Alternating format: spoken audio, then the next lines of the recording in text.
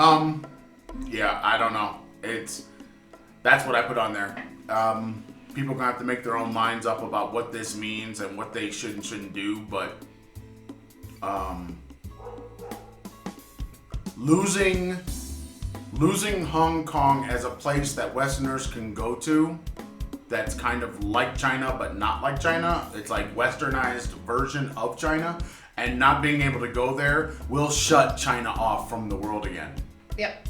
Because people go to Hong Kong and act like they've gone to China. Oh, and it's like, they have not. You have not gone to China. If you go to Hong Kong, you've been to Hong Kong. But it's like it's not the same. They've gone to a place where it's like China, but it's also very much like England, like the West. Yeah. And that's enough for a lot of people that are tourists. Mm. But China sucks them back up, and next thing you know, the difficulty of getting into China will just extend itself to Hong Kong and Macau, and then it's like, why go? Right. You know, I always say everybody should go to China, because I think somebody I heard recently, it was a comedian, I think, everybody should go to China because when you get back to your home country, you appreciate it more. You know. I don't know. Somebody asked me this week, because I was talking about China, and she said, "You really hated living in China?" And I said, "No, I didn't hate living in China. There are things I didn't like about China, but as far as living there, I didn't hate it." And then I thought about it, and I really didn't hate. I hated the South. I hated living in the South. I loved living in the North. Right. But I think the way that when I say, oh, this is this and that is that, and this is the way they do it there, people think that I'm talking badly about it, when I'm really just speaking a fact. But that's just it. I guess when you're like in our situation where you're an expat, you're living in the country, you're living and working in the country, you are disconnected from a lot of what that country is, so then you are able to analyze what they're doing without disliking it or liking it. You're able just to analyze it. And that's the kind of analysis that people inside of their countries usually don't do. Yeah. They're not analyzing their country like they're an outsider, seeing it through an outsider's eyes. They're looking at it from a more nationalistic standpoint. So they're like, well, you're just talking about my country, or, you know, it's like, no, but do these things happen in your country? Yes. So if I say that, am I talking bad about it? No. No, I'm just the facts. Right, I'm just stating what it is. It's like calling, you know, a short person short. It's, come on now, it's like, am I talking bad about you? Am I saying something negative? It's like, no, I'm just reflecting the reality. And I would say a lot of people have a hard time with that with the expat, because the expat is making comparisons and looking at things in a way that they can't do about their own country. Right. They can't sit back and say, you know, this particular aspect of your country, which they already feel is negative, is common among these 3 or 4 different countries. And then they're like, well, wait, they want to be different and special, and like we've said before, and like, no. I tend to think that those countries that were designated third world countries coming out of World War II kind of are the same. They're kind of in the same space. Yeah. And they act like they're not. And it's like, well, industrialization is a thing, yes, but that's not the only thing. Nope. You know, just because you built a lot of buildings in a short period of time does not make you, say, move up that ladder. If there is a fictional ladder of everybody's trying to move up to something, or if everybody's trying to be like Western countries, if that's the case, which I don't think it is, it shouldn't be. No. But if they are trying to be more Western, and that's the rule that they're using, then no, you're not there yet. Right. You know what I mean? You're not there yet in business. You're not there yet in learning what is it called? The lingua franca, the English for everybody's business to communicate with everybody in the business world. There's no. Nope. And then in all of the ways that you do whatever it is you're doing, no.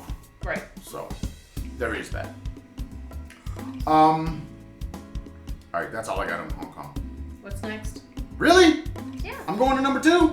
Going to Me? Do you want me to go? I don't know. Do you have things that You got more than one thing? Yeah. All right, go for number 1. That's all Disney Plus stuff. That's We have to wait. If it's all Disney Plus stuff, then you don't have more There's than several one thing. things in one category. We'll have a Disney Plus section. How about that? Unless you want to do it now. No. Oh. You have a section. I have a 2. I call it. I have a new word. MexiSplaning. Oh dear gods. MexiSplaning. Damn. A 10-minute meeting becomes 2 hours. There's something in how Mexicans talk to each other. I was told this, where they can't just make a statement and then move on. Yeah, they gotta dance around it. Well, there's the dance around an idea, but they can't make a statement and go to the next item without giving an explanation as to why they made this statement. Ugh. And so then you'll hear them say things like, we will be starting classes at 7:45 in the morning. Next, go to number 2, Right. No. Now I'm going to explain to you why we're going to do this for the next 10 minutes.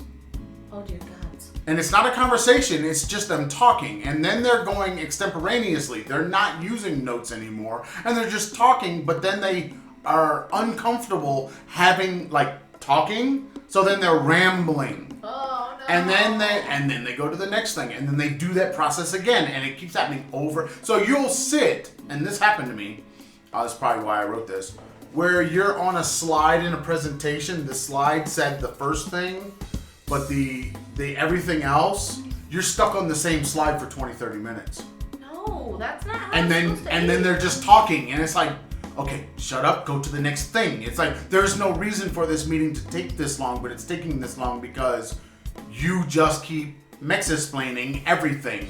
Where it's not necessary. You're talking to adults. You're not talking to children. You're talking to parents. You're not teaching a class. And they talk to everyone like they're trying to teach them a very old, bad way using PowerPoint presentations and teaching them like they have time. It's like, no. You are wasting everybody's time by MexiSplaining everything. I think that wasting of time thing, this constant MexiSplaining, as you put it, is My new thing. is really a big deal that is overlooked. And for example, this week I had to sit in a couple of meetings and they have the slides up and they're talking, and now everything's in Spanish. Our school is a strictly English speaking school. Once the children arrive at the school, we are not allowed to speak Spanish. Nobody is allowed to speak Spanish to the children. And so we're sitting in this meeting and she's just rapid fire Spanish because she's speaking to all native speakers. I can't catch even the smallest of words. So I noticed she's on this one slide for 30 minutes and she's blah, blah, blah, blah, blah. And I'm like, okay. I just kept getting more and more frustrated, aggravated, overwhelmed, and I just closed my things up and I left the room. Because I wasn't going to sit there when I had loads of work to do. I wasn't going to sit there listening to this, not understanding a word, knowing I was going to be responsible for the information. And then just my emotions were starting to just take over. And I didn't want to be in that situation, so I just left the room. I explained, this is the first place ever outside of the Discovery Center. This is the first place ever that I've said it is absolutely ridiculous to expect me to sit in a meeting where I can't understand a word It's taking forever. I have so much to do, and it's a waste of time. And they actually listened to what I said. So I didn't have to go and waste my time in all these meetings the rest of the week. But yesterday, one of the new teachers was being MexiSplained. This situation. We don't do this to people.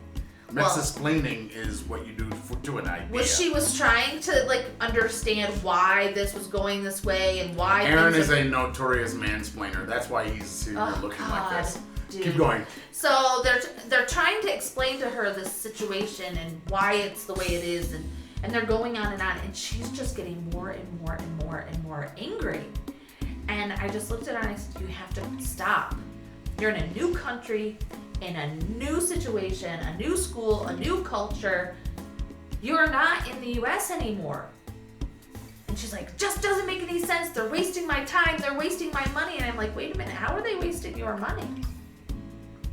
You're getting paid for all of this.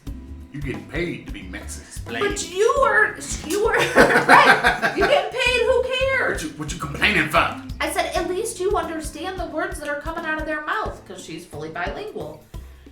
I don't understand. I'm sitting here. Okay. So this MexiSplaining phenomenon Term will catch on. is so infuriating to expats. But I want to know how the Mexican teachers feel about it. Oh, I don't think they feel it bad because it's been happening to them in all through their schooling and everybody. That's how they talk. This is normal conversation. I have noticed that in my environment, because it's an American school and there are so many American teachers, not in my particular school, but in the primary, in the high school and middle school, they don't do that dance. They do a point. What do you mean? So if there's a room full of foreigners.